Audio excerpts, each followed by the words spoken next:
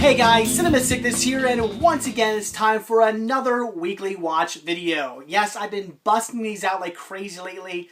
I know you've been seeing more of these than you normally do, but it's the Halloween Horrorthon. That's what's going on right now, and I've been watching a ton of great horror movies, more so than I normally do, and I don't just mean more so in the way of horror movies, I mean more so in the way of just movies in general.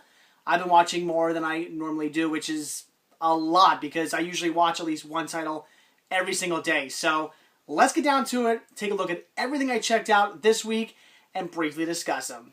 So the first title I checked out is actually one I watched last week, and I completely forgot to talk about it in last week's video, so we're going to talk about it now, and that was The ABCs of Death. And this was a horrible film. Now, the initial concept of this movie is genius. It is 26 directors and 26 ways to die is what it says on the front. So they basically took 26 directors, gave them each one letter of the alphabet, and said, make a video about, I guess, dying. And that's your task. You only have a certain budget, a certain time limit, all that good stuff. Go at it. Do whatever you want. No holds barred. Unfortunately, maybe 3, maybe 4 of these shorts are even worth checking out. All the rest are just god-awful. Some of them are just really weird and bizarre. Like, if you've seen this and you've seen F, you know what I'm talking about. If you haven't, have fun watching F. Really, really fucked up. And no, it's not, F does not stand for fucked up. F stands for something else. It's very weird. But, I mean, a few of these shorts are okay. I liked Q. I thought Q was pretty good. I want to say maybe it was T. I think like T for toilet or something like that. I could be wrong. It's the claymation one where the toilet's attacking the family. I kind of like that one too, but those were the only 2 that really stood out. There might have been like 1 or 2 other ones that I was okay with, but I've already forgotten about them. So really when it comes down to it, this is not good. I would say not even worth watching. Not even for the good skits that are in, or for the good shorts that are in it. Those shorts alone do not make this movie worth checking out, because the whole rest of the time you're going to be bored and thinking, what the hell am I watching? I don't know what they were thinking with these directors. I don't know if they just picked bad directors, because a lot of these directors I actually haven't heard of. So I don't know if they picked bad directors, or if the directors were just on fucking crack when they came up with this one, because it's just bad. I don't know what else to say. Not very good, and a lot of you apparently think the same thing, because when I mentioned that I was watching this on my website, Facebook, Twitter, Instagram, all that stuff, all of a sudden they all blew up with you guys saying, wow, what a horrible, horrible movie, and I could not agree more. So ABC's Death, I would say stay away. I would not recommend this one. It was not very good at all. So the next title I checked out, and technically the first one I watched this week, was Mountaintop Motel Massacre. And unlike ABC's of Death, this movie kicked ass. This was a real fun movie. All about this crazy lady right there who just goes apeshit and starts killing off people. She basically ends up killing her, I believe it was her granddaughter, if I'm not mistaken. Kills her by accident. She's a nutcase, starts swinging things around, chops her daughter's, I don't think her head clean off, if I'm not mistaken, but slits her across the throat by accident and kills her. And from there, starts hearing voices. Apparently, the granddaughter wants her to kill people, and she just goes crazy, starts killing everybody in this motel she runs, and it's a lot of fun. Reminded me kind of a bit of Vacancy. Have you seen the movie Vacancy, where it's a killer running around a hotel, killing off guests? Sort of similar, but still just a hell of a lot of fun. I was really surprised at who survives in the end of this movie. I don't necessarily want to give too much away and say who the survivors are, but it's not who you're thinking. It's kind of it's a slutty girl. It's a douchebag guy. I mean, the people you don't think are going to survive in this movie do survive. It's interesting. I really like that aspect. I like when they don't go the traditional route. They make like the goody two-shoes person survive or something. No, they kind of make douchebags survive in this, and that was kind of cool by me. I like that. So, Mountaintop Motel Massacre, this is one to check out. It was a hell of a lot of fun. Again, all about a crazy lady going around, hacking up people inside her motel, and it's fantastic. This is one you gotta see. Then I watched Silent House, and before I get down to it, let me say, no, I've not seen the original, though from what most of you have said to me thus far, it's the better watch. But I did want to check this one out, and it was alright. That's really all I can say about it. Just okay. I like the I like the beginning of the movie. That's gonna be like the first hour of the movie. I'm getting into it. I don't know what's going on.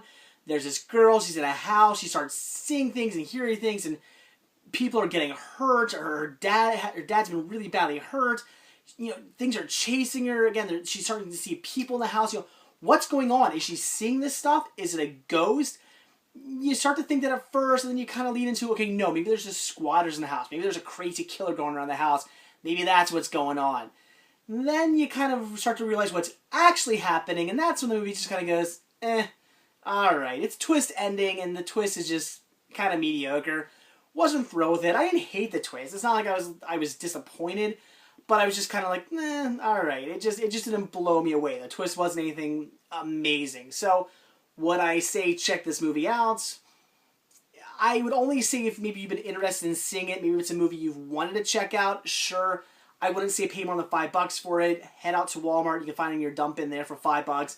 It's worth about that. No more. But if this is the type of movie where you're thinking, I have no interest in watching Silent House, then don't check it out. You don't need to see it. But if it's a movie you've been thinking about seeing, I would say at least maybe give it a watch. It wasn't horrible. Again, it had a good creepy atmosphere of this girl trapped in a house and something coming after her.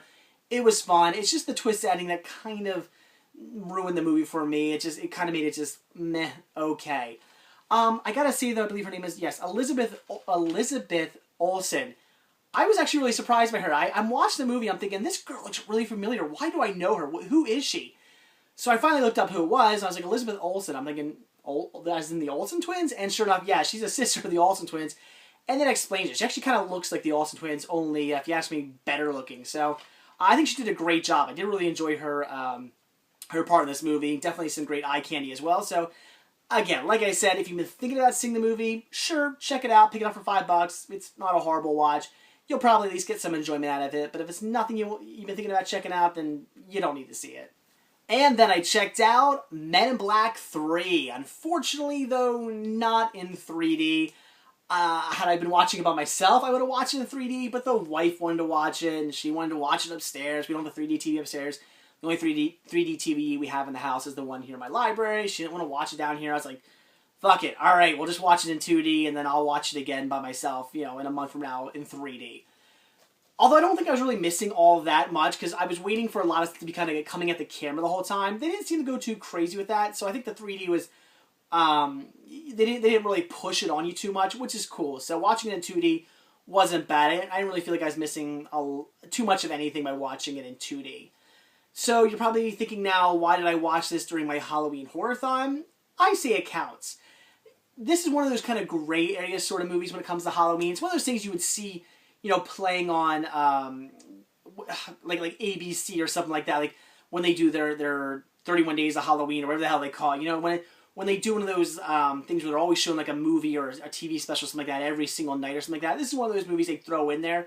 I say it's a gray area movie. It's a sci-fi action movie, but it's sci-fi. So yeah, it's not your straight up typical movie you'd watch during Halloween, but I would say the Men in Black series, definitely a gray area, and definitely movies you can watch during the Halloween season and add them to your Halloween Horrorthon. So now on to what I thought of this movie.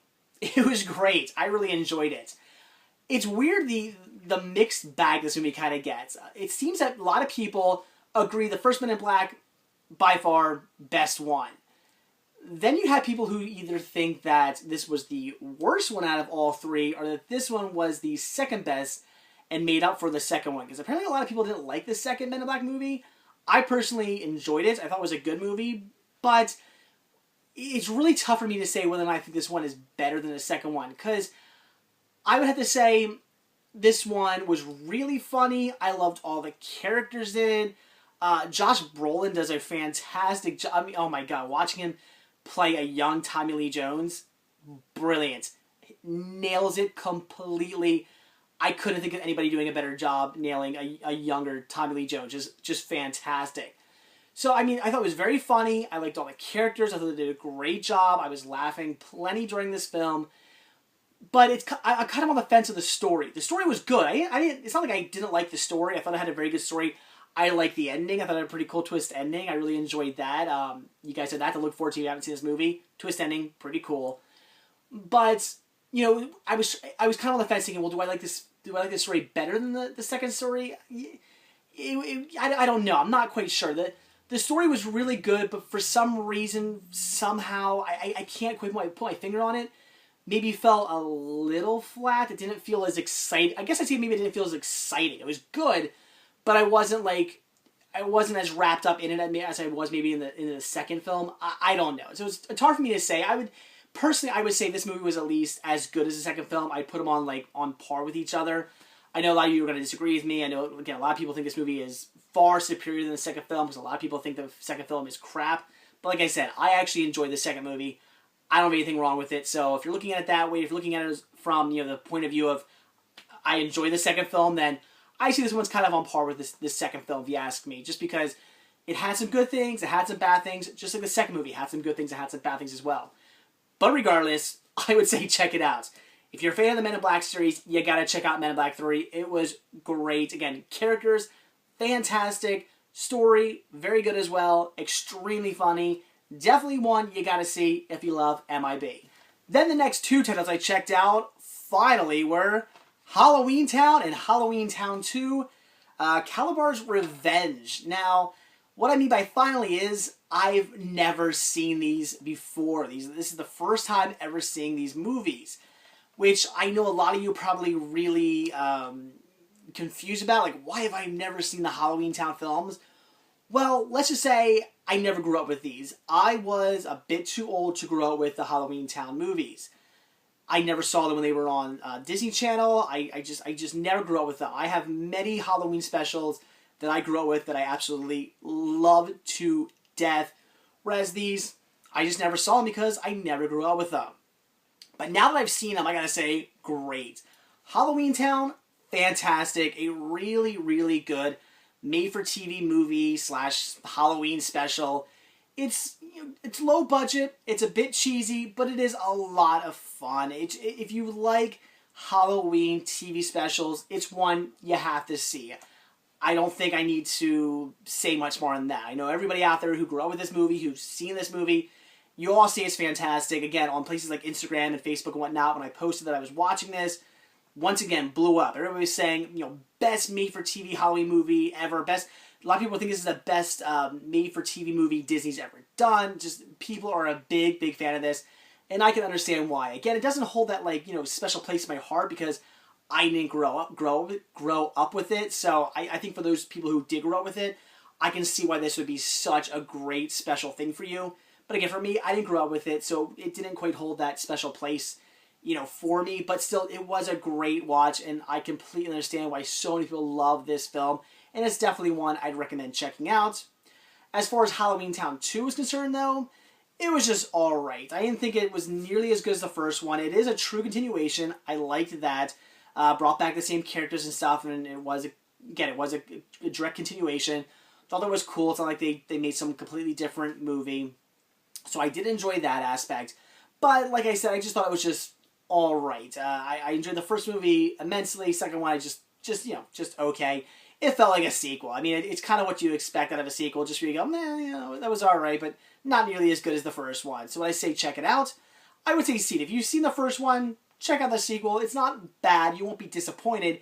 You're just not going to get quite what you got with the first one. So both Halloweentown and Halloweentown 2, 100% recommend checking these out. They should be on everybody's Halloween list. If you don't have these in your Halloween collection, you must. Before I get done talking about this, I haven't seen the other two. What is it? There's like Halloweentown High, and there's some other one. I don't know. They're newer Halloweentown sequels. I haven't seen them. I don't know if they bring back any of the same characters. I have no idea. Haven't checked them out. Don't own them yet. If you've seen them, if they're any good, let me know. I will pick them up. I am a completist. I have to have all the movies in the series, so I will eventually get them. But if you've seen them and if they're any good, just, clue me in. So then I checked out The Ghost and Mr. Chicken, which comes in this Don Knotts Reluctant Hero pack that I have. Right there. So, Ghost and Mr. Chicken, absolutely fantastic. It is classic Don Knotts all around. I really enjoyed this story too. The fact that it wasn't a straight up scary type comedy or anything like that. It was sort of like a court drama mixed in with a haunted house movie, mixed in with just Don Knotts kind of down on his luck with this newspaper. I like he had this love interest. I like the fact that it just did so much. There was a lot going on. It wasn't just one straight up, story about Don Knotts locked in a haunted house. It could have just been that. Oh, Don Knotts goes into a haunted house.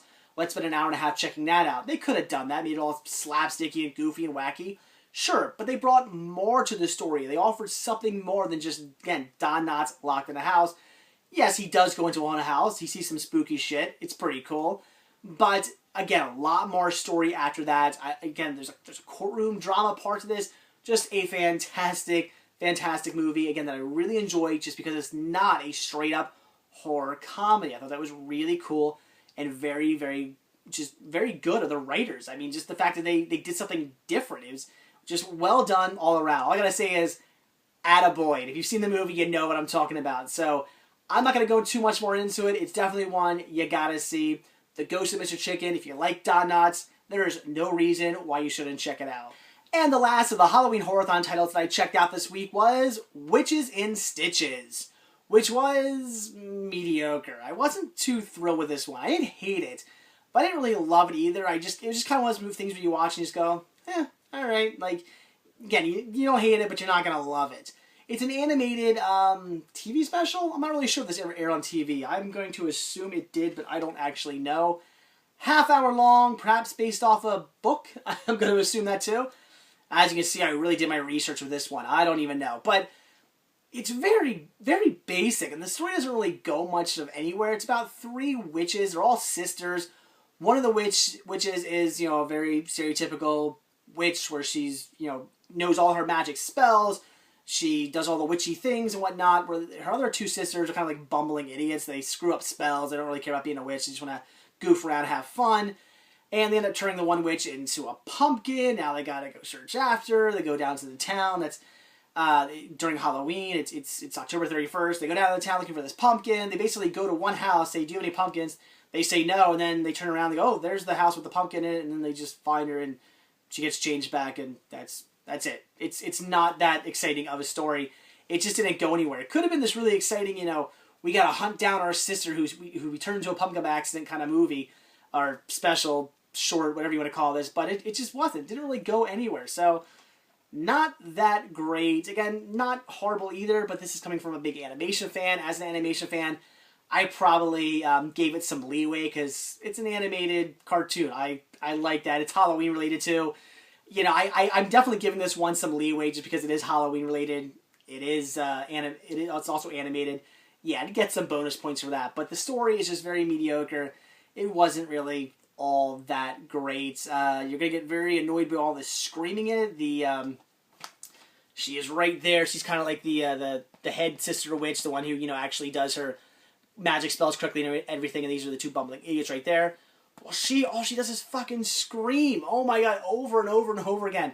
Whoever's voicing her just constantly has to scream every 2 seconds in this horrible, annoying, witchy voice, and it just gets so old so fast. So if you're gonna watch this, prepare for a lot of annoying screaming. So all in all, Witches and Stitches, yeah, I can't really say I recommend it all that much. If you're a big fan of animation, if you just like Halloween specials, I guess give it a watch. If you're interested in seeing it, sure, why not? But really, it's nothing you need to see. Alright guys, so like I said, that was it for Halloween Horrorthon titles this week, but there was one other title that I did check out that wasn't Halloween Horrorthon related. I actually saw this in the theaters. My best friend Zach took me to the movies for my birthday, a late birthday present. He took me to the movies to see a movie, and we were gonna see something Halloween related, but surprisingly, I think it was Insidious 2 was the only thing horror Halloween related that was playing, and he had already seen it. So, yeah, I was really surprised by that. We expected to see a lot of horror movies in the theaters this week, but there really wasn't. So, at least not in my local theaters. So, we didn't see that. So what we ended up seeing was Gravity. And I don't quite think it lives up to the hype everybody's giving it. I thought it was a good movie. It was very well done. I'd recommend seeing it. I really, really enjoyed it.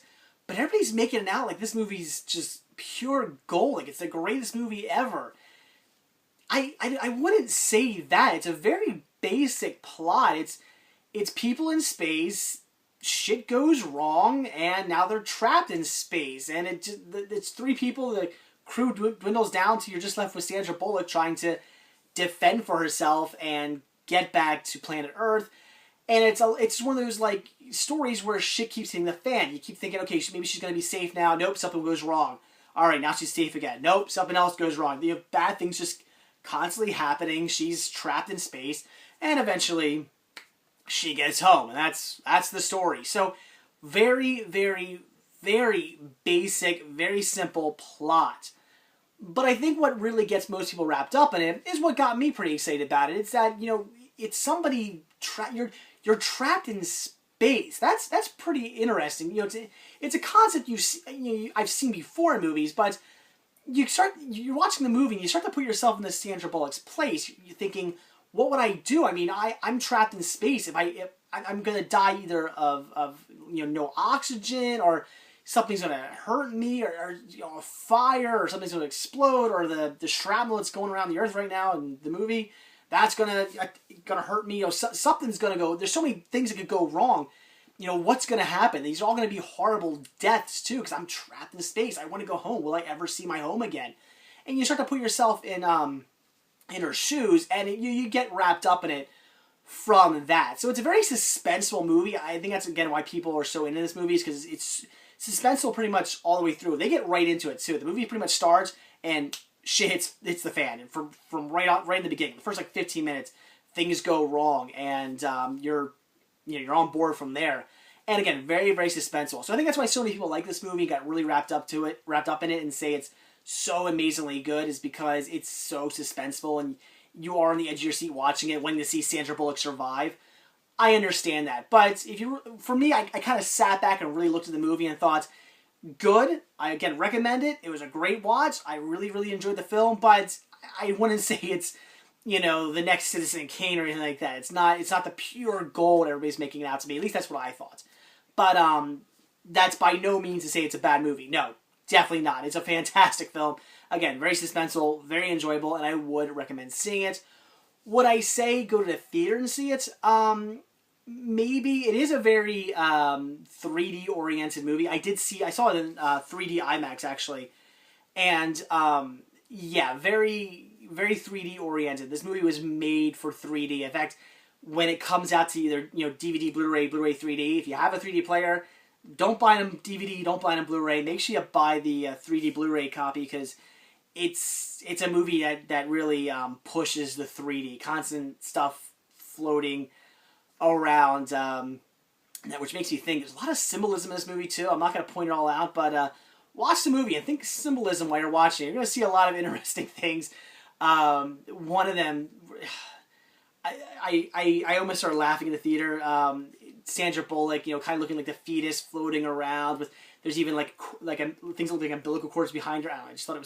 I thought it was kind of goofy, personally. I thought this symbolism, little moments of this movie are just kind of ridiculous. But anyway, like I was saying, see the movie. If you're a theater goer, sure, see it. Make sure you see it in 3D, though. I mean, I hate saying, pay the extra money to see a movie in 3D, but this one, it's kind of one you should. I don't think it'd be as good in 2D, because again, they really push the 3D in this film.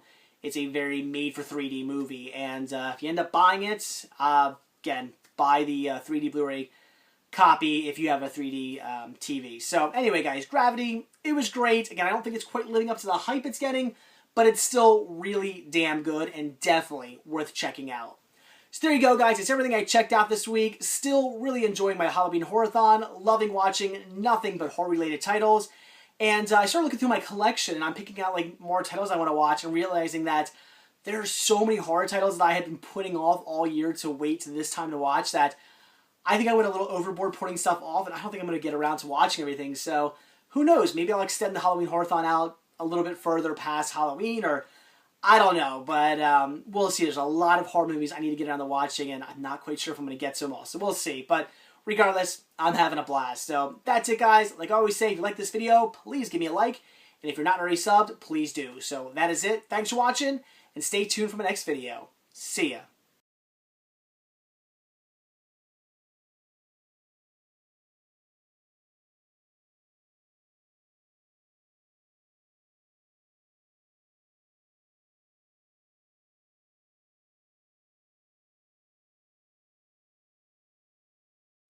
So the next title I checked out, the first one I watched this week, was Mountaintop Motel Massacre.